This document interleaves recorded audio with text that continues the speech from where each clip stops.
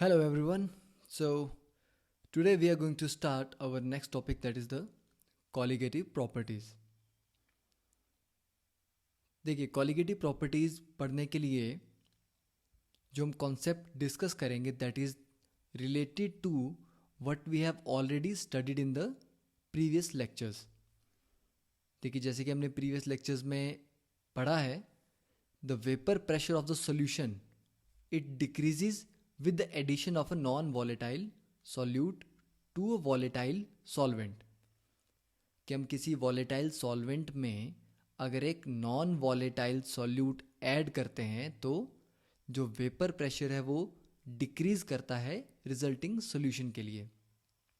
Okay, तो इसी effect के और भी फर्दर कॉन्सिक्वेंसेस हैं कि वेपर प्रेशर में जो डिक्रीज आता है इसकी वजह से कुछ और प्रॉपर्टीज़ भी अफेक्ट होती हैं.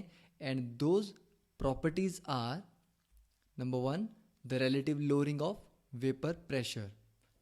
Second is the depression of the freezing point, कि फ्रीजिंग पॉइंट किस तरह से सॉल्यूशन का ड्रॉप कर जाता है. Third is the elevation in boiling point, कि किस तरह से बॉइलिंग पॉइंट प्योर सॉल्वेंट के कंपैरिजन में सॉल्यूशन का ज़्यादा होता है. And fourth is the osmotic pressure of a solution. तो वेपर प्रेशर के डिक्रीज करने से ये चारों के चारों जो प्रॉपर्टीज़ हैं इन पे भी इफ़ेक्ट पड़ता है. एंड ऑल दीज प्रॉपर्टीज़, ये चारों जो प्रॉपर्टीज़ हैं, these properties depend on the number of solute particles, कि कितने number of solute particles present हैं irrespective of their nature. It means कि सॉल्यूट KCl है या NaCl है, MgCl2 है या ग्लूकोज है, सुक्रोस है, तो सॉल्यूट पार्टिकल की नेचर क्या है ये मैटर नहीं करता. बट जो मैटर करता है that is the number of solute particles, कि तीन डिफरेंट टाइप के सॉल्यूट हम लेते हैं और तीनों के जो नंबर ऑफ पार्टिकल्स हैं वो सेम है.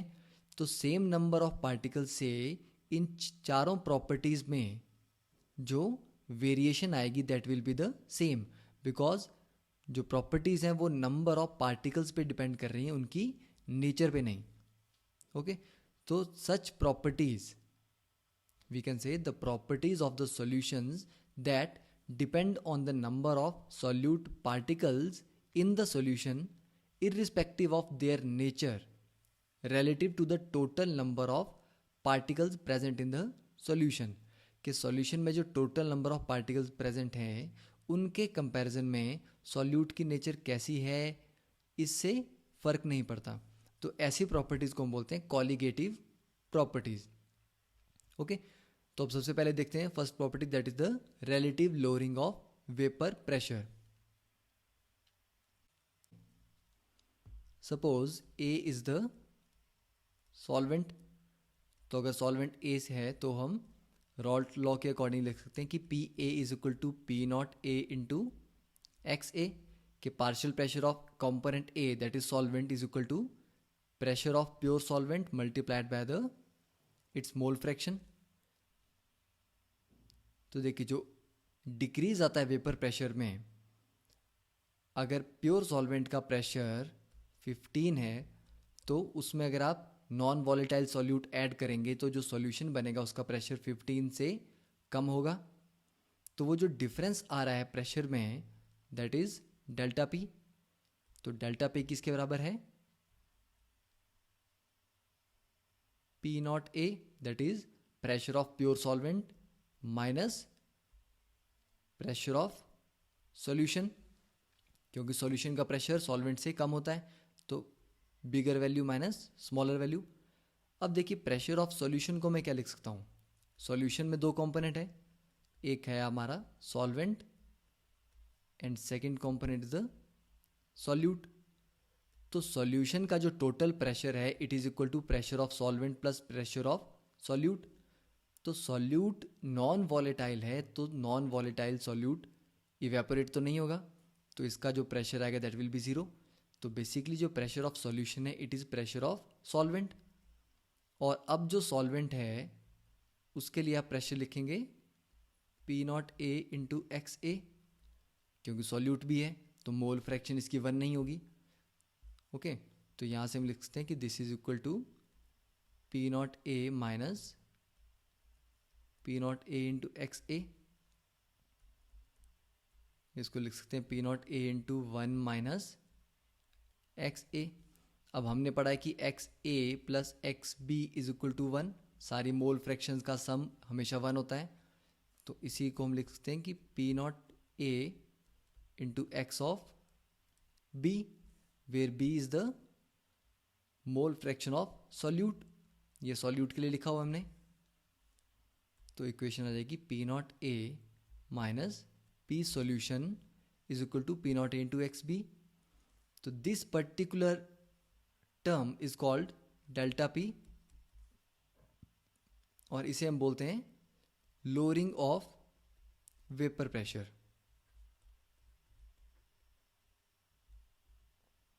ओके, कि जो डिफरेंस आ रहा है this is lowering of vapour pressure. पर हमने क्या पढ़ना है, हमने पढ़ना है रिलेटिव लोअरिंग। जब भी टर्म आ जाती है रिलेटिव, तो रिलेटिव का मतलब होता है कि इनिशियल वैल्यू के रिस्पेक्ट में जो डिक्रीज आ रहा है। ये तो सिर्फ डिक्रीज था कि इतना डिक्रीज आएगा, बट रिलेटिव लोअरिंग का मतलब है कि इनिशियल जो वैल्यू थी उसके रिस्पेक्ट में कितना डिक्रीज है। तो जब हम पढ़ेंगे relative lowering of vapour pressure, तो वो आ जाएगा decrease in vapour pressure divided by the initial value. और इनिशियली क्या प्रेजेंट था, प्योर सॉल्वेंट। जब हमने उसमें सॉल्यूट ऐड नहीं किया था तो हमारे पास प्योर सॉल्वेंट प्रेजेंट था। तो प्योर सॉल्वेंट का जो प्रेशर होगा that will be P not A. तो अगर delta P upon P not A करते हैं हम, तो यहाँ क्या रह जाएगा X B. So this is the expression for relative lowering of vapor pressure. Okay, तो delta P upon P not is equal to X B. तो देखिए relative lowering of vapour pressure किस पे डिपेंड कर रहा है, directly mole fraction of solute. तो मोल fraction of solute basically क्या रिप्रेजेंट करता है, number of particles of solute. तो total number of particles of solute अगर बढ़ते हैं तो एक्स की वैल्यू बढ़ेगी, एक्स बढ़ेगा तो relative lowering of vapour pressure की वैल्यू भी बढ़ेगी। तो ये जो प्रॉपर्टी है relative lowering of vapour pressure, it is directly proportional to the number of solute particles. जैसे कि हमने यहाँ पढ़ा, तो सॉल्यूट पार्टिकल्स अगर बढ़ते हैं तो रिलेटिव लोअरिंग बढ़ेगी, सॉल्यूट पार्टिकल्स कम होंगे तो एक्स बी की वैल्यू कम होगी, तो रिलेटिव लोअरिंग भी कम होगी। तो this is a colligative property because it is depending on the number of solute particles. अब इसमें ये कहीं मेंशन नहीं किया है कि सॉल्यूट की नेचर क्या है।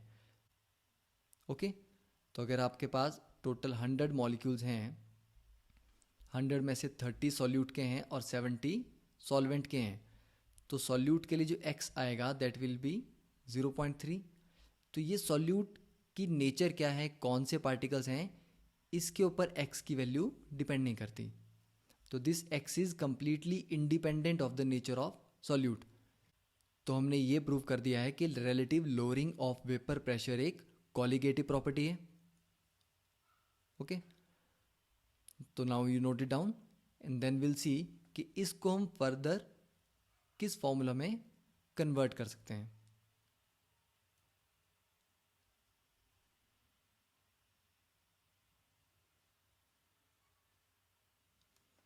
Note it down quickly.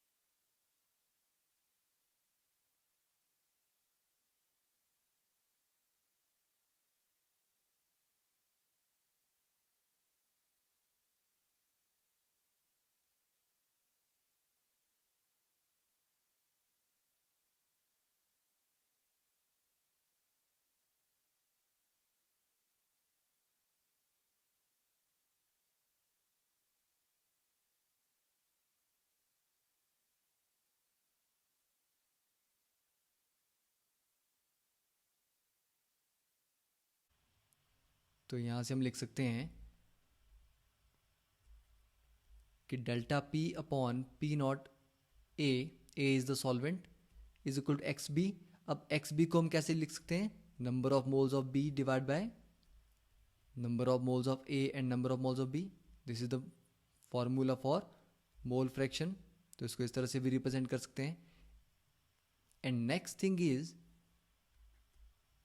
For dilute solutions. देखिए डाइल्यूट सॉल्यूशंस का क्या मतलब होता है कि जहाँ पर सॉल्वेंट बहुत ज़्यादा है और सॉल्यूट के पार्टिकल्स बहुत ही कम है. The concentration is very very low. Those solutions are called dilute solutions. तो डाइल्यूट सॉल्यूशंस के लिए जो number of moles of solvent होंगे that will be much greater than the number of moles of solute. तो इस case में हम बोल सकते हैं कि N A will be much greater than N B. तो N A plus N B को हम बेसिकली एन ए लिख सकते हैं. So here delta P upon P not A is basically equal to N B upon N A. Okay, as N A plus N B is approximately equal to N A. क्योंकि N B की value बहुत कम है तो N ए को ही हम लेंगे और N B को यहाँ पर इग्नोर कर देंगे. तो इस तरह से इसको हम सॉल्व कर सकते हैं. और इसी फॉर्मूला को फर्दर हम किस में लिख सकते हैं? देखिए number of moles of B is basically weight of B divide by molecular mass of B and number of moles of A is basically weight of A divide by molecular mass of A. So this is also equal to the relative lowering of vapor pressure, but this applies only when we are dealing with the dilute solutions. तो उसी case में हम NB को neglect कर सकते हैं. Clear? So this was the first colligative property. Okay, so now we will discuss the next colligative property, that is the elevation in the boiling point, and after that we will do some problems on the relative lowering and the elevation in boiling point.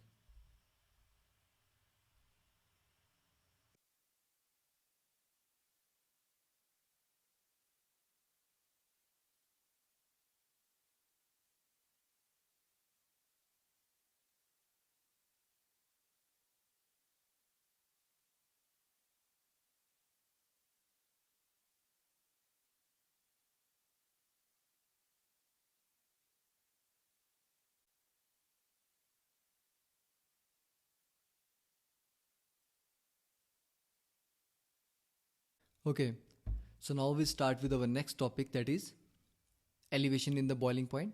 So this is also a colligative property. तो सबसे पहले देखते हैं कि what is boiling point.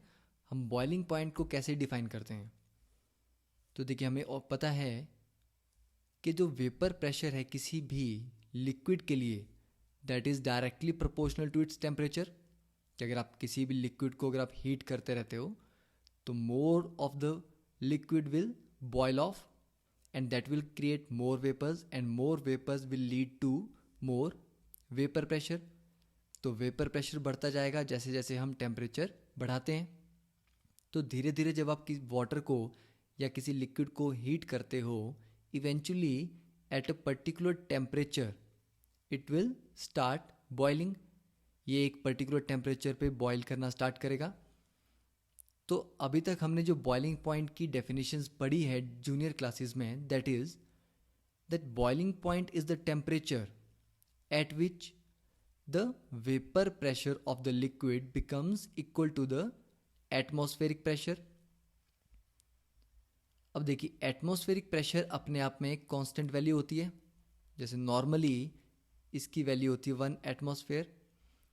तो जब आपके solution का वेपर प्रेशर 1 एटमॉस्फेयर के बराबर हो जाता है, एंड रियलिटी में ये थोड़ा ज़्यादा होता है एटमॉस्फेरिक प्रेशर से जब बॉइलिंग स्टार्ट होती है. ओके, बट थ्योरेटिकली स्पीकिंग जब vapour pressure of the liquid becomes equal to 1 atmosphere तब हम बोलते हैं कि बॉइलिंग पॉइंट आ गया है. अब हमने पढ़ा कि नॉन वॉलेटाइल सॉल्यूट ऐड करने से प्रेशर डिक्रीज होता है. ओके, तो वो जो प्रेशर में डिक्रीज आया था, क्योंकि आपको अल्टीमेटली जाना तो 1 एटमॉस्फेयर के लेवल पे ही है। अगर आपने स्टार्ट किया 0.3 एटमॉस्फेयर से और आपको जाना है 1 एटमॉस्फेयर के प्रेशर तक बॉइलिंग पॉइंट अचीव करने के लिए, तो 0.3 एटमॉस्फेयर था प्योर सॉल्वेंट का वेपर प्रेशर। अब इसमें आपने डाल दिया नॉन वॉलेटाइल सॉल्यूट, तो सपोज ये हो गया 0.2 एटमॉस्फेयर। तो इससे क्या होगा कि अभी भी अचीव तो आपको 1 एटमॉस्फेयर ही करना है बॉइलिंग के लिए। पहले जो डिफरेंस था ये 0.7 का था, अब जो डिफरेंस आ गया वो 0.8 का आ गया। तो इससे क्या होगा, इतना प्रेशर जनरेट करने के लिए जो आपको हीट चाहिए that is lesser as compare to इतना प्रेशर जनरेट करने के लिए जो हीट चाहिए, कि 0.8 एटमॉस्फेयर का वेपर प्रेशर जनरेट करने के लिए हमें ज़्यादा टेम्परेचर या ज़्यादा हीट प्रोवाइड करनी पड़ेगी। ओके, तो जब ज़्यादा हीट हम प्रोवाइड करेंगे तो इवेंचुअली जो टेम्परेचर होगा जिस पे बॉइलिंग स्टार्ट होगी या ये प्रेशर 1 एटमॉस्फेयर के बराबर हो जाएगा, वो भी नॉर्मल बॉइलिंग पॉइंट से हायर होगा। तो हम बोलते हैं कि there is elevation in the boiling point. Okay, देखिए नेक्स्ट स्टेटमेंट जो है what is more important, that is boiling point is the temperature at which the liquid and the vapour phases are in equilibrium with each other. कि जिस temperature पे liquid phase और vapour phase आपस में equilibrium पे आ जाते हैं, that is called boiling point. तो देखिए जब लिक्विड और वेपर में इक्विलिब्रियम आएगा, इट मीन्स लिक्विड जिस स्पीड से इवेपोरेट करके वेपराइज हो रहे हैं, it means the rate of evaporation is basically equal to the rate of condensation, कि उसी स्पीड से वेपर भी कंडेंस होकर लिक्विड स्टेट में जा रहे हैं। तो जिस टेम्परेचर पे ये अचीव होगा that is the boiling point. Okay, so you have to remember this one. अब हम केस स्टडी करते हैं कि सपोज इन दिस कंटेनर मैंने प्योर सॉल्वेंट के मॉलिक्यूल्स लिए हैं और सारे के सारे सॉल्वेंट मॉलिक्यूल्स को ऑरेंज कलर में रिप्रेजेंट किया है। अब जब मैं इस सॉल्वेंट को हीट करना स्टार्ट करता हूँ तो क्या होगा, धीरे धीरे सॉल्वेंट के मॉलिक्यूल्स इवेपोरेट करेंगे। ओके, तो इवेपोरेशन किस पे डिपेंड कर रही है, एनर्जी पे और सरफेस एरिया पे, कि कितनी एनर्जी है सॉल्वेंट के मॉलिक्यूल्स के पास और सरफेस एरिया कितना है। ओके, तो अभी हमारे पास जो सरफेस एरिया है इस कंटेनर में दैट इज फिक्स, और सारा का सारा सरफेस एरिया सॉल्वेंट के मॉलिक्यूल्स के पास है। तो देखो धीरे धीरे मॉलिक्यूल्स इवेपोरेट करना स्टार्ट करेंगे। तो सपोज 3 मॉलिक्यूल इवेपोरेट कर रहे हैं, तो यहाँ पर भी क्या होगा, तो नंबर ऑफ मॉलिक्यूल्स हैं वो बढ़ते जाएंगे। तो जब number of molecules vapour phase में बढ़ेंगे तो कुछ मॉलिक्यूल फिर कंडेंस करना स्टार्ट करेंगे, क्योंकि यहाँ पर क्राउडिंग हो जाएगी। क्राउडिंग हो जाएगी तो मॉलिक्यूल्स क्लोज आएंगे, क्लोज आएंगे तो उनके बीच की अट्रैक्टिव फोर्सेस उनको बाइंड करके कंडेंस कर लेगी। तो अभी देखिए 3 मॉलिक्यूल्स इवेपोरेट हो रहे हैं और 1 मॉलिक्यूल कंडेंस हो रहा है, तो अभी भी इवेपोरेशन का जो रेट है वो ज़्यादा है। तो धीरे धीरे क्या होगा, अभी भी नंबर ऑफ वेपर्स बढ़ते जाएंगे।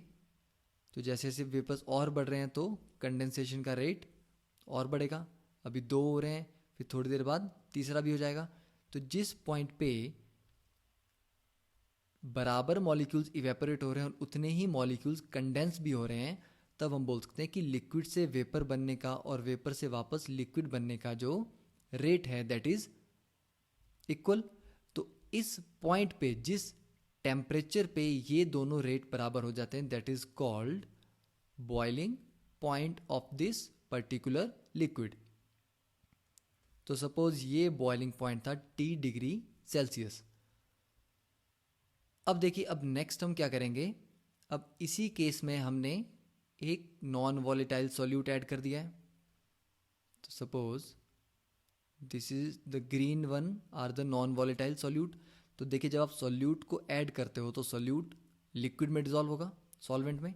ओके, तो कुछ सरफेस के जो पार्टिकल्स हैं वो सॉल्यूट उन पोजीशंस को ऑक्यूपाई करेंगे। तो पहले सारा का सारा जो सरफेस एरिया था that was available for the solvent molecules. अब उसमें से कुछ सरफेस एरिया किसके पास आ गया है, सॉल्यूट के मॉलिक्यूल्स के पास। और ये जो है ग्रीन कलर में सॉल्यूट है, दिस इज नॉन वॉलेटाइल, तो ये सॉल्यूट इवेपोरेट तो नहीं हो सकता। ओके, तो अगर ये इवेपोरेट नहीं होगा तो इससे क्या नुकसान है,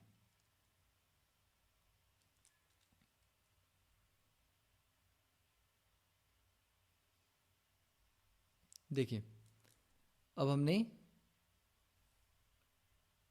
देख लिया कि जो रेट ऑफ कंडेंसेशन है वो किस पे डिपेंड कर रहा है कि वेपर फेज में कितने ज़्यादा वेपर्स हैं।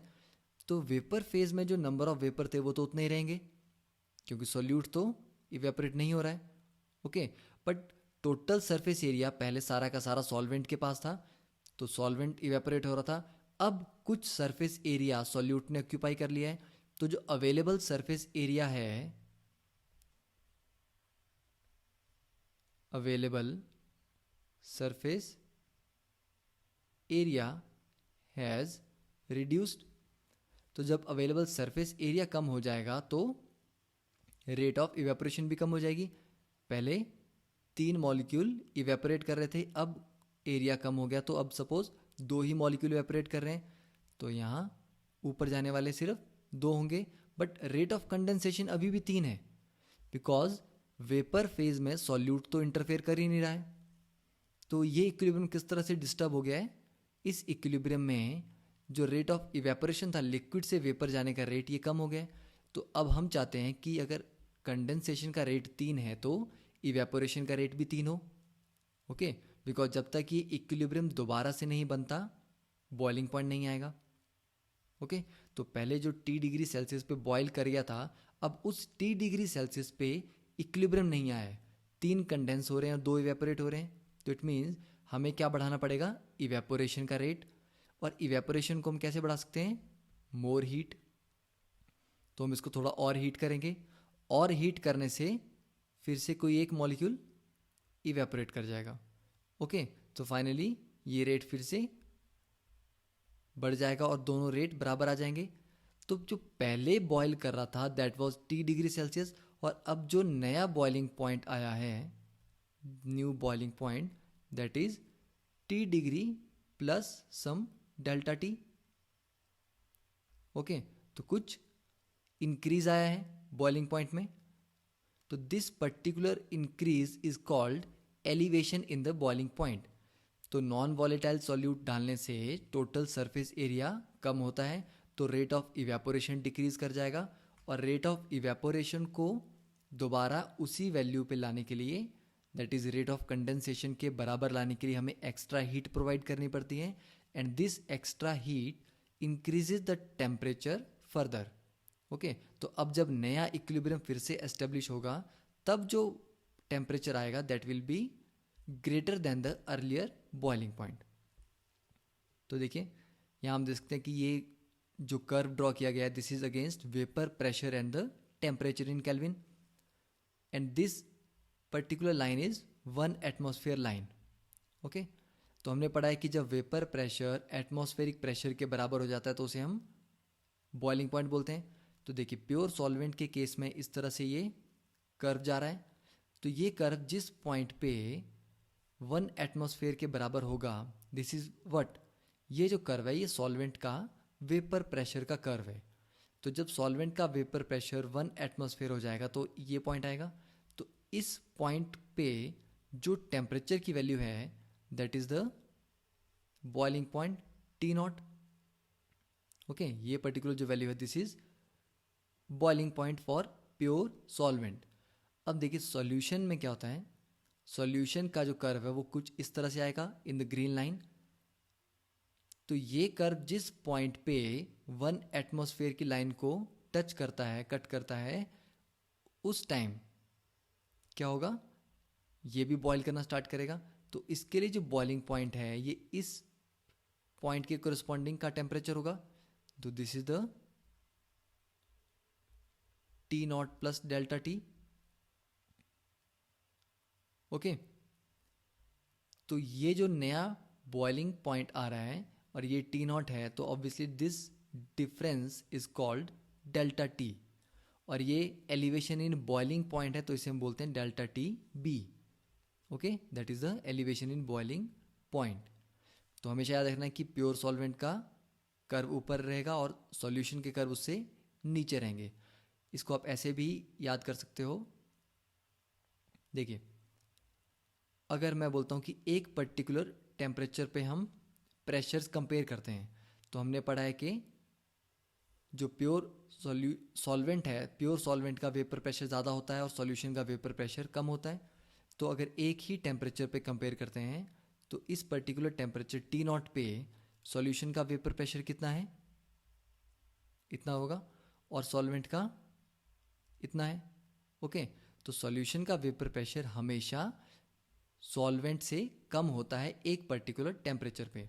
तो वहाँ से भी आप कंफर्म कर सकते हो कि आपका कर्व ठीक ड्रॉ किया गया है। मतलब सॉल्यूशन को अगर आप ऊपर ड्रॉ करोगे तो उसके लिए वेपर प्रेशर ज़्यादा आ जाएगा, तो हमेशा सॉल्वेंट का कर्व ऊपर रहेगा, उसके नीचे सॉल्यूशन का रहेगा। ओके,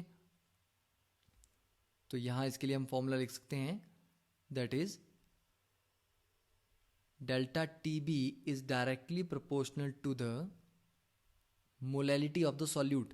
कि यहाँ अगर मैं नंबर ऑफ सॉल्यूट पार्टिकल्स धीरे धीरे बढ़ाता जाऊँ तो क्या होगा, नंबर ऑफ सॉल्यूट पार्टिकल्स बढ़ेंगे तो सरफेस एरिया जो और ज़्यादा कम होगा, तो और ज़्यादा कम होगा तो रेट ऑफ इवेपोरेशन और भी डिक्रीज करेगा, तो फर्दर हीट प्रोवाइड करनी पड़ेगी। तो ये जो एलिवेशन आ रहा है बॉइलिंग पॉइंट में, ये किस पे डिपेंड कर रहा है, नंबर ऑफ सॉल्यूट पार्टिकल्स पे। तो मोर solute particles means more elevation in boiling point, तो डायरेक्टली प्रोपोर्शनल हुआ मोलैलिटी के। अब मोलैलिटी लेने का पर्पज़ ये है कि मोलैलिटी क्या होता है, molality is equal to number of moles divide by weight of solvent in kilogram, weight of solvent in kg. The molality is basically independent of the temperature changes, क्योंकि volume जो है वो टेम्परेचर पे depend करता है, तो volume temperature change करने से चेंज होगा। तो जब आप वॉल्यूम ऑफ सॉल्यूशन लेते हो तो वो वॉल्यूम चेंज होता है टेम्परेचर के साथ, तो मोलैरिटी चेंज होती है। बट मोलैलिटी किस पे डिपेंड कर रहा है, वेट ऑफ सॉल्वेंट पे, और वेट ऑफ सॉल्वेंट टेम्परेचर के साथ वेरी नहीं करता है। तो हम बोलते हैं कि molality is basically temperature independent, तो टेम्परेचर की वेरिएशन से m की वैल्यू चेंज नहीं होगी। This is why we use molality. तो यहाँ पर हम फॉर्मूला लिख सकते हैं, finally delta T B is equal to K B into M. K B is the proportionality constant और के बी को हम बोलते हैं एबुलियोस्कोपिक कांस्टेंट। ओके, तो सबसे पहले you note it down the basic definition of the boiling points and this particular curve. उसके बाद हम देखेंगे कि इस पर्टिकुलर कर्व के ऊपर किस तरह के क्वेश्चन डिज़ाइन किए जा सकते हैं, और इस फॉर्मूला में मोलैलिटी कैसे कैलकुलेट करनी है, के बी की एग्जैक्ट वैल्यू क्या होती है। ओके, और इस फॉर्मूला को किस तरह से हम न्यूमेरिकल्स में यूज़ करेंगे। So you quickly note down the definitions and this particular graph.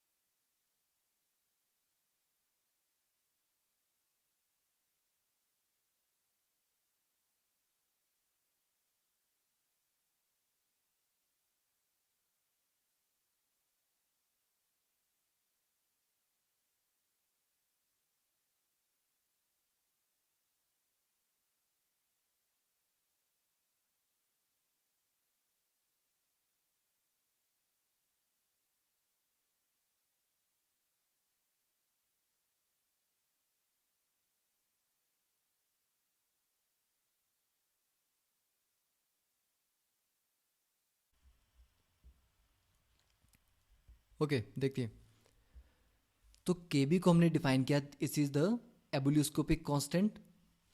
तो KB is a constant characteristic of the solvent.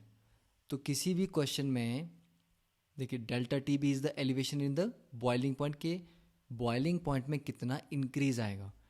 के B is the ebullioscopic constant of the solvent. तो कुछ क्वेश्चंस में आईटी में पूछा गया है कि आपको सारी वैल्यूज़ गिवन है, मोलालिटी की वैल्यू गिवन है, के बी की वैल्यू गिवन है, बट के बी सॉल्वेंट के लिए भी गिवन है और सॉल्यूट के लिए भी गिवन है। तो उसमें जनरली बच्चे कंफ्यूज हो जाते हैं कि अब सॉल्यूट का के बी लेंगे या सॉल्वेंट का। तो जनरली हम सोचते हैं कि क्योंकि ये कॉलिगेटिव प्रॉपर्टी है और नंबर ऑफ सॉल्यूट मॉलिक्यूल्स या पार्टिकल्स पे डिपेंड करता है, तो हम सॉल्यूट की वैल्यूज़ लेंगे। बट ऑलवेज रिमेंबर कि हम जो elevation in boiling point consider कर रहे हैं वो किसके लिए कर रहे हैं, सॉल्वेंट के लिए। ओके, कि नॉर्मल वाटर अगर आपका 1 एटमॉस्फेरिक प्रेशर पे 100 डिग्री सेल्सियस पे बॉयल होता था, और अब अगर हमने उसमें NaCl डाल दिया है, ओके नमक डाल दिया है, तो सपोज़ वो 101 डिग्री सेल्सियस पे इंक्रीज़ हो रहा है। तो ये जो इंक्रीज़ आया है बॉइलिंग पॉइंट का, ये किसके लिए आया है, नमक के लिए या पानी के लिए, ऑब्वियसली पानी के लिए। तो जो इंक्रीज़ हम स्टडी कर रहे हैं ये सॉल्वेंट में इंक्रीज़ है, तो जो Kb की वैल्यू आएगी Kb भी सॉल्वेंट का ही लेना है। तो it is a constant characteristic of solvent, और हम बोल सकते हैं कि Kb is equal to delta T B when m is equal to 1, कि जब सॉल्यूशन की मोलैलिटी 1 है तो जो एलिवेशन आता है बॉइलिंग पॉइंट में वो उसके Kb के बराबर आता है। देखिए वाटर के लिए जो Kb की वैल्यू है दैट इज़ 0.512 केल्विन किलोग्राम पर मोल। इसका मतलब हुआ कि अगर हम वाटर का 1 मोलल सॉल्यूशन लेते हैं तो डेल्टा टी बी कितना आएगा, 0.512 for 1 molal aqueous solution, delta T B आएगा इतना। तो जो बॉइलिंग पॉइंट आएगा वाटर का दैट विल बी 100 प्लस 0.512, क्योंकि यही डेल्टा टी बी है अगर मोलैलिटी 1 है। अगर मोलैलिटी 2 होगी तो नया बॉइलिंग पॉइंट कितना आ जाएगा, ओल्ड बॉइलिंग पॉइंट प्लस, देखिए डेल्टा टी बी कितना था, के बी इंटू एम, मोलैलिटी 2 है, के बी 0.512 है, तो 0.512 इंटू 2। ओके, तो इस तरह से हम कैलकुलेट कर सकते हैं। अब देखिए कि मोलैलिटी का जो फॉर्मूला होता है, molality is basically number of moles of solute divide by weight of solvent in kilogram. तो हम लिख सकते हैं कि वेट ऑफ सॉल्यूट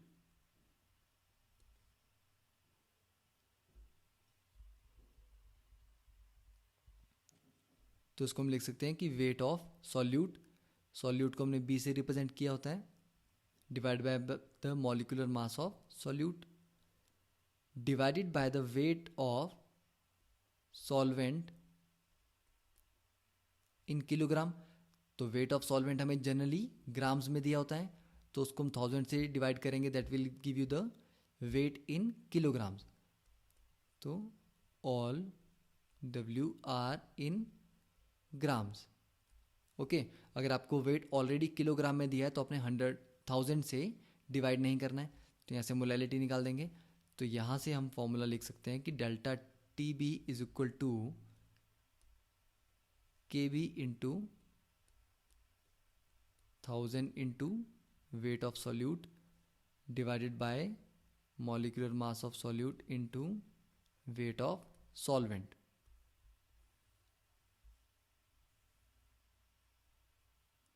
तो इसी फॉर्मूले से हम डेल्टा टी बी भी निकाल सकते हैं, और अगर हमें डेल्टा टी बी की वैल्यू गिवन हो तो मॉलिक्यूलर मास ऑफ सॉल्यूट भी निकाल सकते हैं।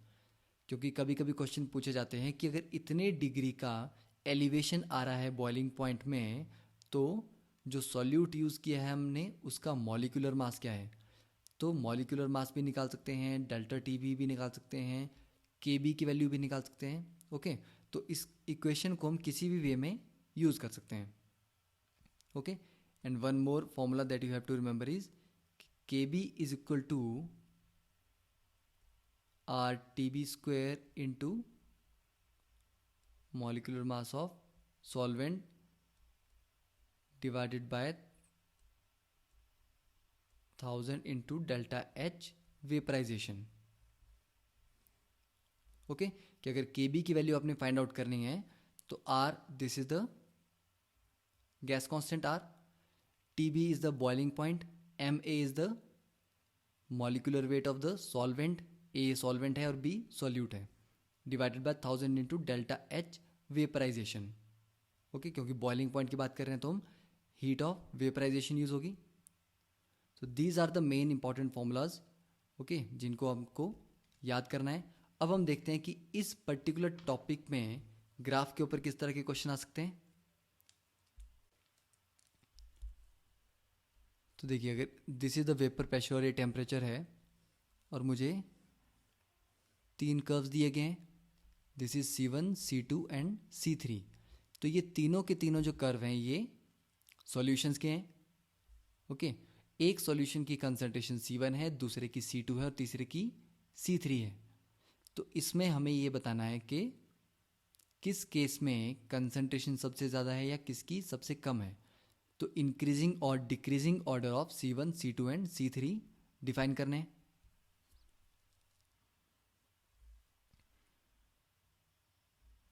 तो देखिए हमने ऑलरेडी पढ़ा है कि एक पर्टिकुलर टेम्परेचर पे vapour pressure of solution is lesser than solvent. दूसरी चीज़ हमने पढ़ी थी कि जो रिलेटिव लोअरिंग है delta P that is directly proportional to X of solute, कि जितना ज़्यादा आप सॉल्यूट ऐड करोगे उतनी ही ज़्यादा डिप्रेशन आएगा. तो एक्स सॉल्यूट की वैल्यू जैसे जैसे बढ़ेगी वैसे ही लोअरिंग ऑफ वेपर प्रेशर होगा. तो सबसे कम वेपर प्रेशर किसका होगा, जिसमें सॉल्यूट सबसे ज़्यादा है. और सॉल्यूट ज़्यादा होने का मतलब क्या हुआ, कंसंट्रेशन सबसे ज़्यादा है. तो एक पर्टिकुलर टेम्परेचर का मतलब है टेम्परेचर पे एक वर्टिकल लाइन ड्रॉप कर देते हैं. तो इस वर्टिकुलर लाइन पे टेम्परेचर की वैल्यू सेम हो गई. तो देखिए C3 कर्व इस पॉइंट पे इतना प्रेशर एक्सर्ट करेगा, this is P3, C2 exert करेगा P2 और C1 एक्सर्ट करेगा P1. तो हमें पता है कि जितना ज़्यादा सॉल्यूट होगा उतना ही कम वेपर प्रेशर होगा सॉल्यूशन का. तो देखिए सबसे कम वेपर प्रेशर P3 है, इट मीन्स कंसंट्रेशन यहाँ पर सॉल्यूट की सबसे ज़्यादा होगी. तो C3 is least sorry C3 is the most concentrated. उससे कम कंसंट्रेशन आएगी C2 की और सबसे कम आएगी C1 की. तो हमने नॉर्मली क्या पढ़ा था कि ऊपर जो कर्व होता है ये सॉल्वेंट का होता है. सॉल्वेंट में सॉल्यूट की कंसंट्रेशन क्या होती है, 0. इसके नीचे आता है सॉल्यूशन. सॉल्यूशन में कंसंट्रेशन होती है सॉल्यूट की. तो जैसे जैसे ये कंसंट्रेशन बढ़ती जाएगी ये कर्व और नीचे की तरफ शिफ्ट होता जाएगा, क्योंकि एक पर्टिकुलर टेम्परेचर पे प्रेशर उतना ही कम होगा कंसंट्रेशन जितनी ज़्यादा है. तो इस तरह से भी ग्राफ के ऊपर एक क्वेश्चन पूछा जा सकता है.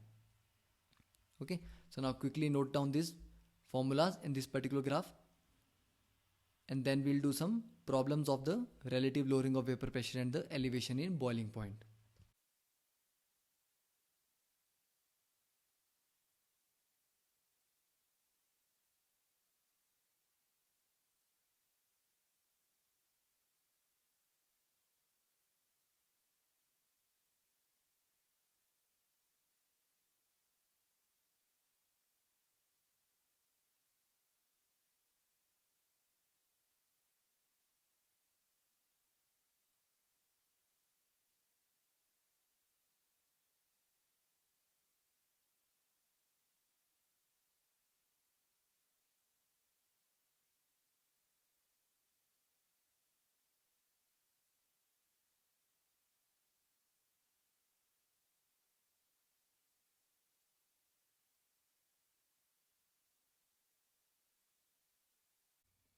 Okay, now we will do two problems on the relative lowering of vapor pressure.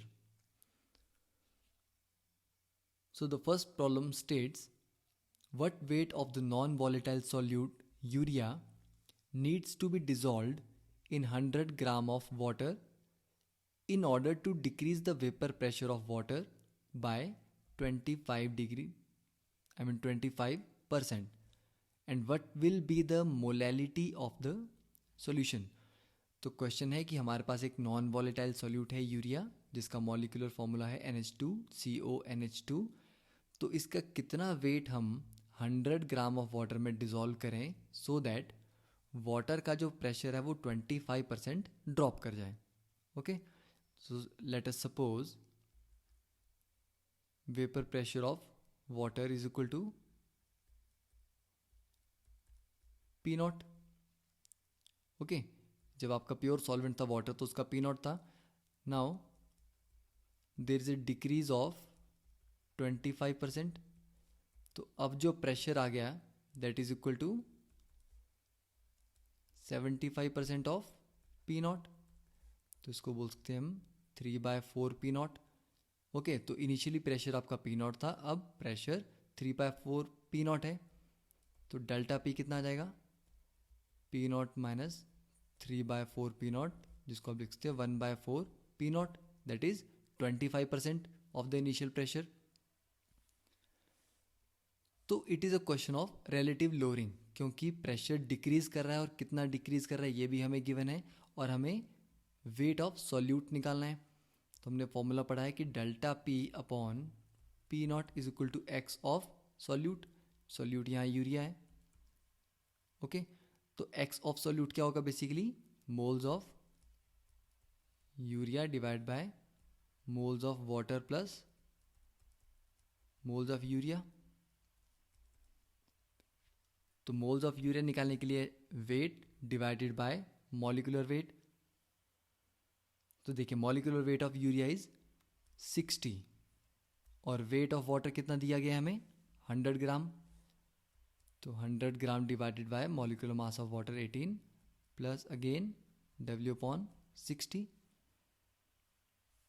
तो ये जो वैल्यू गिवन है ये बेसिकली किसके बराबर है? Delta P upon P not. और डेल्टा P कितना है? Delta P is P not divide by 4 and divided by P not. तो इस इक्वेशन को अगर हम सॉल्व करते हैं then finally the weight comes to be 111 grams. Okay, तो 111 ग्राम अगर हम यूरिया को डिज़ोल्व करते हैं 100 ग्राम ऑफ वाटर में then the pressure decreases by 25%। अब देखिए मोलैलिटी का फॉर्मूला क्या होता है? Number of moles divide by weight of solvent. तो मोल्स ऑफ सॉल्यूट कितने हो जाएंगे? देखिए तो मोलैलिटी आ गया number of moles of solute divided by the weight of solvent in kilogram. तो नंबर ऑफ मोल्स आ जाएंगे given weight upon molecular weight 111 divide by 60, और जो सॉल्वेंट है that is water it is 100 gram. तो 100 divide by 1000 that means 0.1 kilogram. तो it is 18.52 per molar. Now we look at the question number 2। The vapor pressure of pure benzene at a certain temperature is 640 mm of mercury, and then we add a non-volatile non-electrolyte। देखिए non electrolyte का मतलब है कि जो भी आप solid को dissolve कर रहे हैं वो फर्दर अपने आयंस में ब्रेक नहीं हो रहा है। तो it is a non electrolyte solid जिसका वेट दिया है 2.175 ग्राम। तो इसको हमने 39 ग्राम्स ऑफ बेंजीन में ऐड किया है। तो now the vapour pressure is 600। तो देखिए वेपर प्रेशर पहले प्योर बेंजीन का 640 था, अब वेपर प्रेशर 600 है। तो हम डायरेक्टली बोल सकते हैं कि जो ड्रॉप आया है वेपर प्रेशर में that is 40 mm of mercury. तो अब पूछ रहा है कि what is the molecular weight of the solid substance.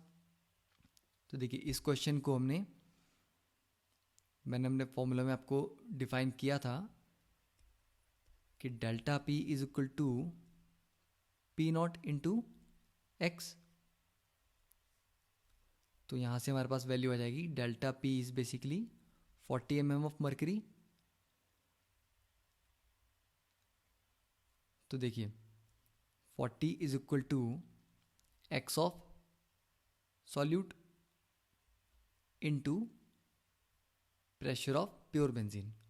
तो 40 is equal to 640 into X कैसे निकालेंगे हम, given weight of solute divide by molecular mass m divided by the same thing moles of solute plus moles of the solvent. Solvent हमारा benzene है, तो ये आगे moles of benzene, this is the moles of